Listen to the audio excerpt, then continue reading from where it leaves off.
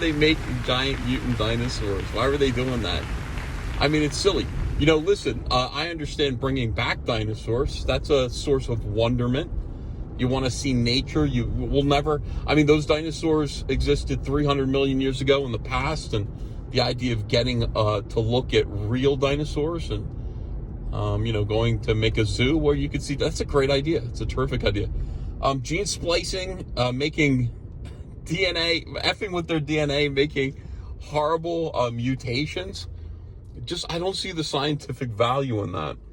And I mean, I'm an imaginative fellow, but, you know, that just seems like something a supervillain would do, or an evil organization bent on taking over the world. I really don't understand what the scientific value would be of making something that looked a little bit like a T-Rex meets an alien from the Alien franchise, a xenomorph, with two little hands coming out of its titties, big, gigantic, ape-like arms, and really, I mean, the size of a building. I'm not quite sure what the purpose of creating that thing is, but that's how this movie opens. I'm just, and I was thinking, well, wow, eventually this is going to pay off, and we're going to have this explained to us, why something like this would happen. But it never really does. I'm Ethan Van Sciver. I just saw Jurassic World Rebirth. And listen, to start with, reviewers of my ilk like to say, and to give this movie its fair due, reviewers of my ilk like to say, I went into the movie theater and nobody was there. Nobody cares. Hollywood's dead. No, the opposite. This movie's going to probably make oodles of money because my theater was filled with people, families, kids, and also it seemed to me like there are real fans of this franchise. They were all wearing Jurassic Park t-shirts. They're fans of Jurassic Park, which puts them at odds, I think, with the makers of this movie, because the entire theme of this movie is, hey, it's been 32 years. We're kind of sick of dinosaurs. Why are you making this movie? Why did this movie get made? And why is it called Rebirth? Rebirth would mean you're going to inject some new enthusiasm into dinosaurs and into the idea of resurrecting dinosaurs. No, quite the opposite. You guys put the nail in the coffin of this franchise with this film.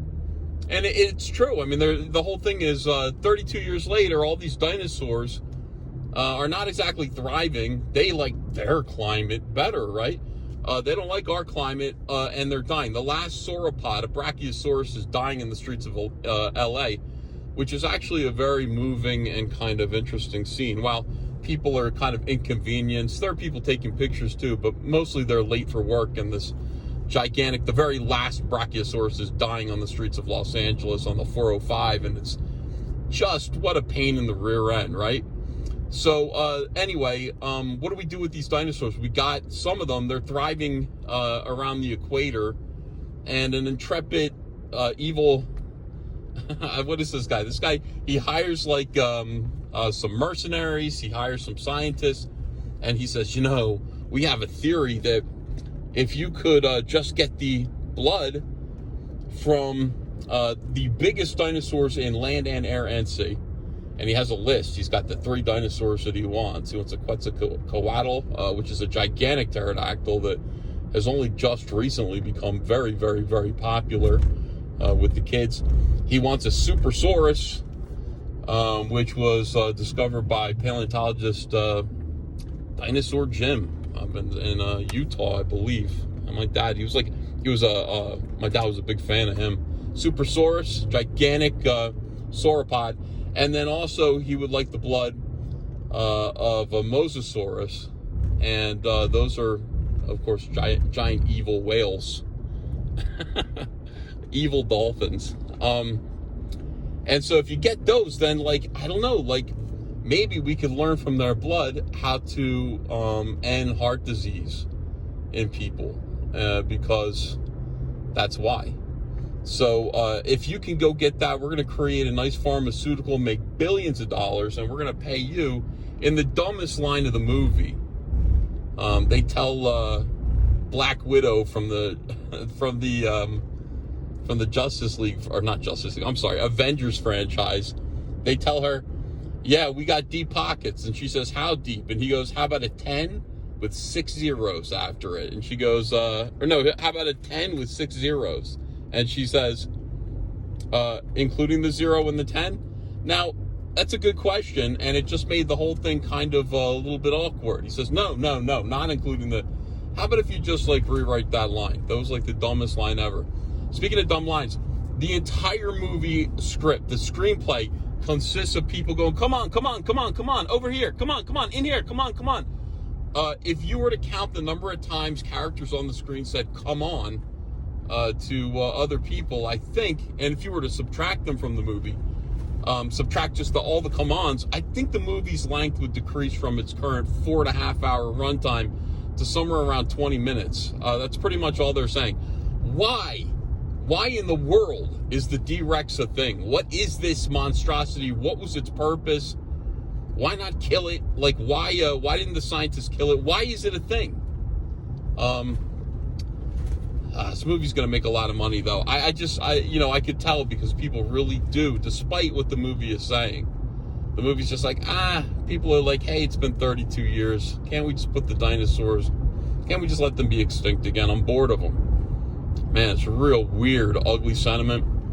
But the movie is weird. It feels like a huge Universal Studios theme park 3D ride that just goes on and on and on and on. If that's what you want, go enjoy Jurassic Park Rebirth, Jurassic World Rebirth now. You're going to be hearing a lot about it, I think. I can't tell if it's like a hit or a bomb. I can't tell anymore. I don't really know. I don't have a sensibility about what everyone is going to like when it comes to movies.